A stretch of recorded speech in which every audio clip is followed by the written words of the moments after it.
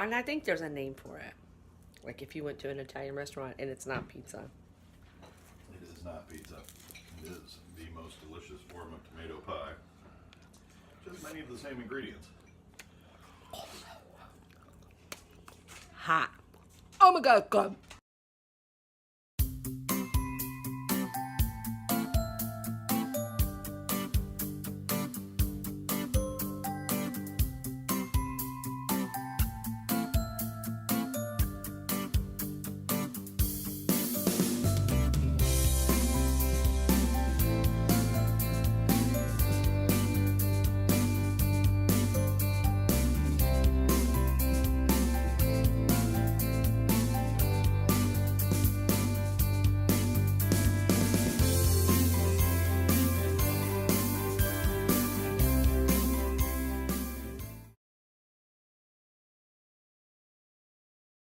Hey y'all, this is weird. I'm in my kitchen because today we're going to make tomato pastries. So call them tomato pastries because we make tomato pie, which is tomatoes and cheese and stuff layered in a pie crust and baked. Cooks, come on. But I have these puff pastry sheets, and I thought, let's make a tomato pie but with puff pastry and see how it turns out. So I'm gonna do it with you. You ready? Let's get started. Okay, so here's what we're going to need. So fresh out of the garden tomatoes. I highly recommend that they are fresh out of the garden tomatoes because they have flavor. If you buy them from the grocery store, they were picked green and shipped to the grocery store, and they just taste red. This is gonna have a beautiful flavor. So I've got a big slicer, and I've got some romas. I have some garlic. I have some really, really poor spinach. Spinach I need to use up. I've got some basil right out of the garden. I have a nice big hunk of mozzarella. And puff pastry, not sponsored. Some puff pastry, not sponsored. And then some salt and some pepper.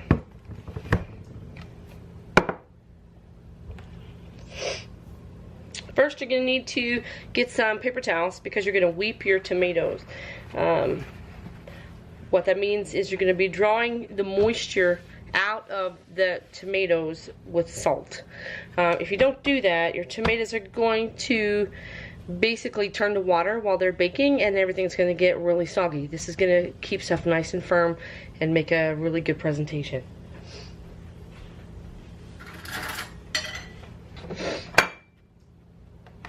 So I might always use slicers.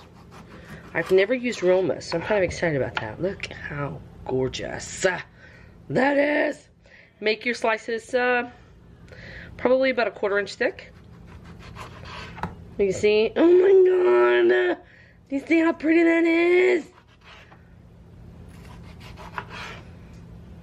I might not use any of the aromas, but just in case, I have some. So this is one really nice slicer. I got in pieces for me. Okay, now get some paper towels.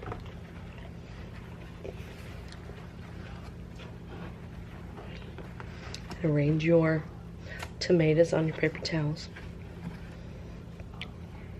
God, isn't that pretty? See how juicy that is? Arrange them on there. Get you some salt. And we're gonna wipe all this salt off, but it's still going to be salty. This is just kosher salt. And sprinkle some salt on each of your tomato pieces, and then leave it set. While I'm doing that, I'm going to experiment, and I'm going to take the top off of these. And these are a meatier. Romas are a really meaty tomato. Not a lot of juice, not a lot of seeds. Loads and loads of flavor. So just for S&G, I'm going to do some of them as well. Just see how they turn out. because I've never done it before.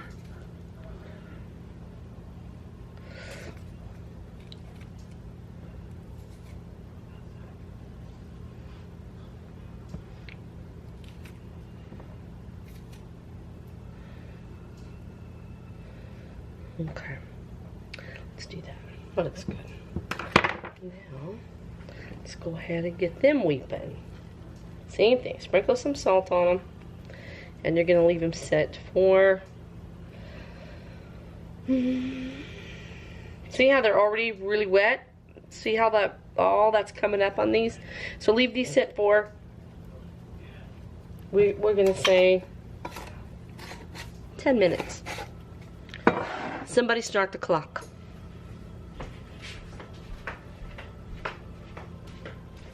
While these are whipping, we'll set them off to the side. I'm gonna eat that one though. I'm gonna set these off to the side.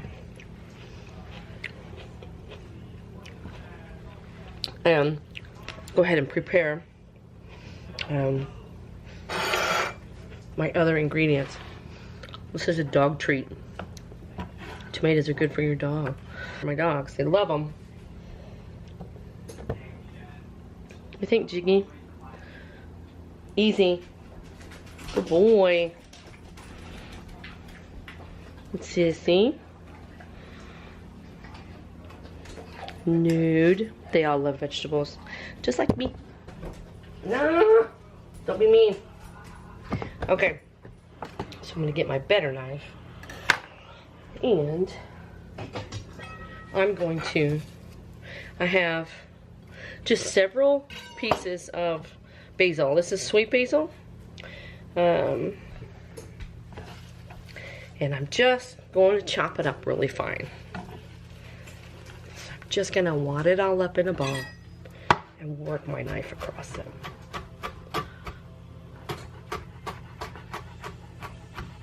And then I'm going to give it a turn.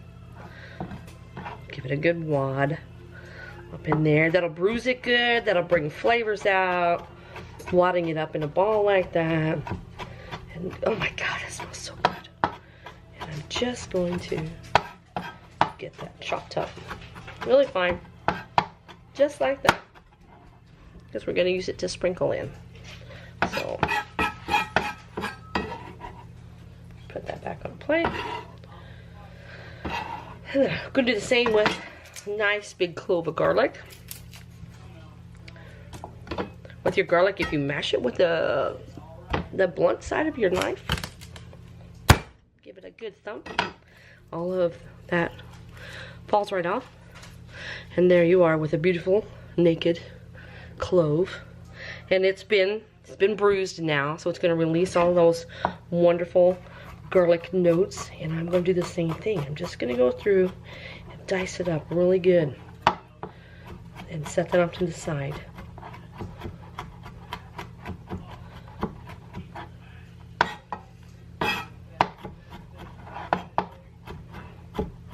Okay, so there's our garlic. And that's going to share a plate with our basil. They're good companions. Okay. Now, I have, wash my hands real quick so I don't get that garlic all over that entire thing of mozzarella.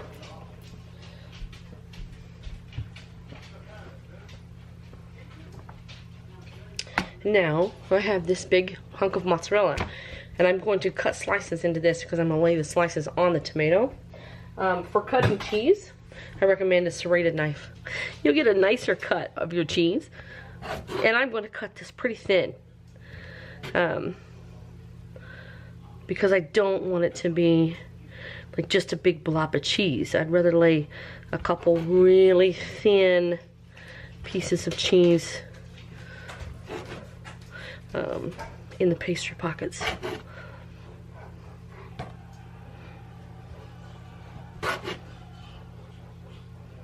You can shred it if you want to. I don't like cleaning up the shredder. I would rather cut it. So we got a nice big pile of mozzarella here. And I'm gonna leave it on its own little cutting board. I have a canola olive oil blend oil and my jink ass pan. And I'm going to just a little bit. Just a little bit.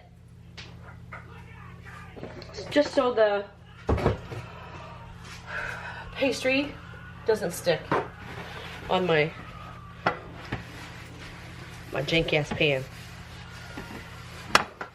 Because this pan is seasoned, this makes the best cookies. 100%, not gonna lie. Okay. Nice little coat of oil on there. Set this off to the side. Okay. We've been 10 minutes-ish. Let me show you this. See how wet they are? That's really bringing the moisture out. So I'm going to take another paper towel and I'm just going to lightly press on the tops of the tomatoes. I'm going to dab, dab, dab like Christine, not sponsored. And I'm going to dab the moisture off the top of each of the tomatoes, which is also in turn going to remove most of that salt, so you're not going to eat this terribly salty dish.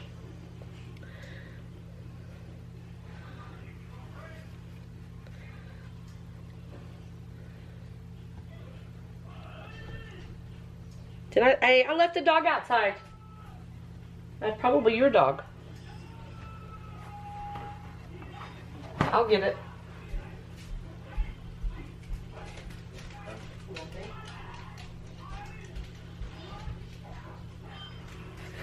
Alright, so after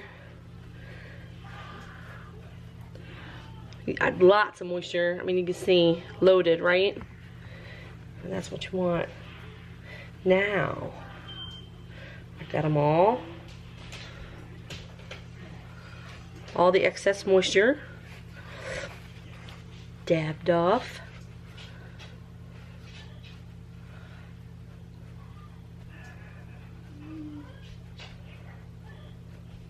And now we're going to build our pastries.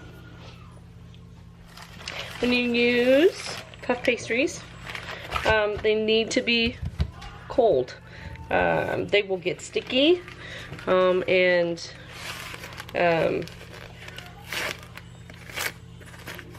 tear. They'll get sticky and tear. And if you have them out to thaw, because you and they're really sticky or they want to tear, put them back in the fridge for 15-20 minutes. Okay. Alright, here we go. Jank ass pan.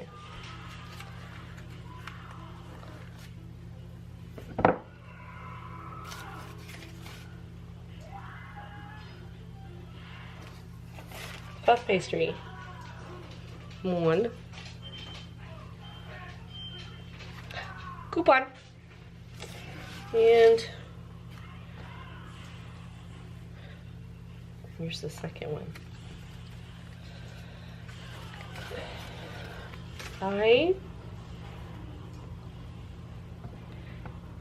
First I was just gonna make it here and then just fold it over. But now I think I'm gonna make it here and then I'm gonna put this one on top. That's what I'm gonna do.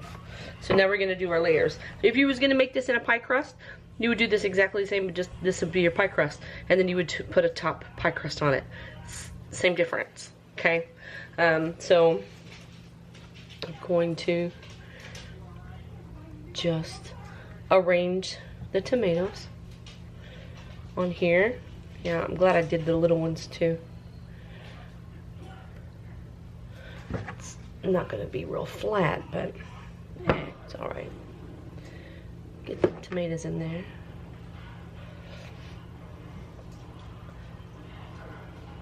Don't always gotta be pretty to be good. Okay. And And I'm leaving this edge here because I'm going to pinch it down. Now. So I just ate one of the Roma halves. There's still a good amount of salt on it. So I'm not going to add any more salt. But I am going to add pepper. Just a sprinkle of pepper. And now I'm going to add a sprinkle of chopped garlic. And I'm going to add a sprinkle of the chopped basil leaves. So just everything up in there. And now I'm going to do a layer of spinach.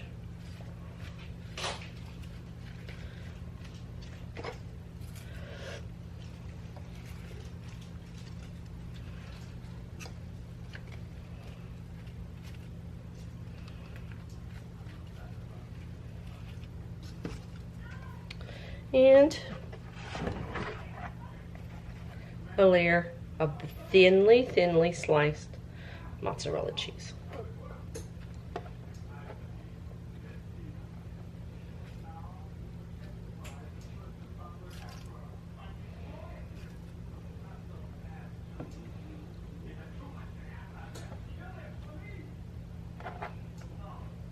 Just enough to cover it.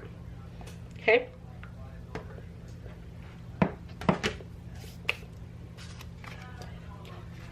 And now I'm going to put the top pastry sheet on there.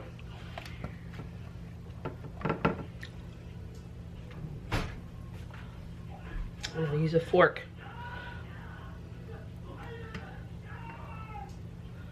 And pinch it together. Okay. Make a couple mint holes in the top. And you can use a little bit of water to help it seal. Okay, the box says 15 minutes. And that's what I'm going to put it in for. 15 minutes in a 400-degree oven. I'm going to check it in 15 minutes. And adjust the time accordingly. Okay. Let's put it in the oven.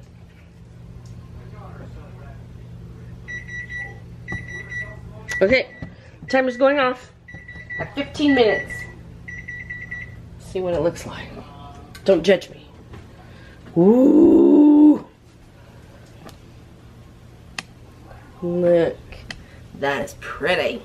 That is pretty. But I think I'm gonna give it about 2 more minutes. So 2 more minutes on my oven at 400. To get it just a little bit more toastier because I don't know how the bottom is going to be. But we're gonna see. Total of 17 minutes. Oh, it's annoying. Ready? Yeah. Oh gosh, can you hear it? It's sizzling in there. All right. There she is. Ah. Okay. Sealing it was a good idea. I'm gonna leave it sit for about 5 minutes. Start the clock. There we go. We're gonna cut into it. And then we're gonna get the big daddy bite of approval.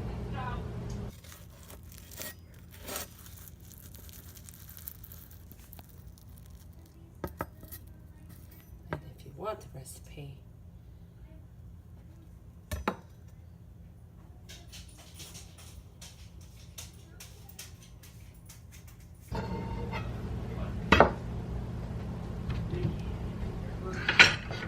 oh my gosh, I can smell that basil.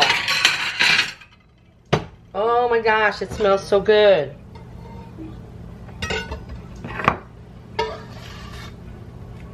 Ready? Are you ready for it?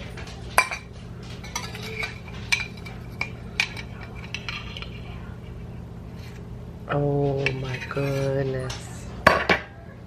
Look. Can you see? Look at that. Oh man, yeah. We'll get that skin off there. Okay. Moment of truth. Big Daddy.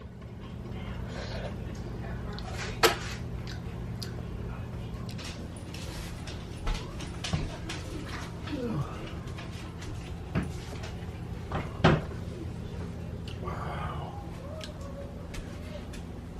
That looks amazing. Here, stand over here so it's not on the dirty part of the house. The dirty part of the kitchen.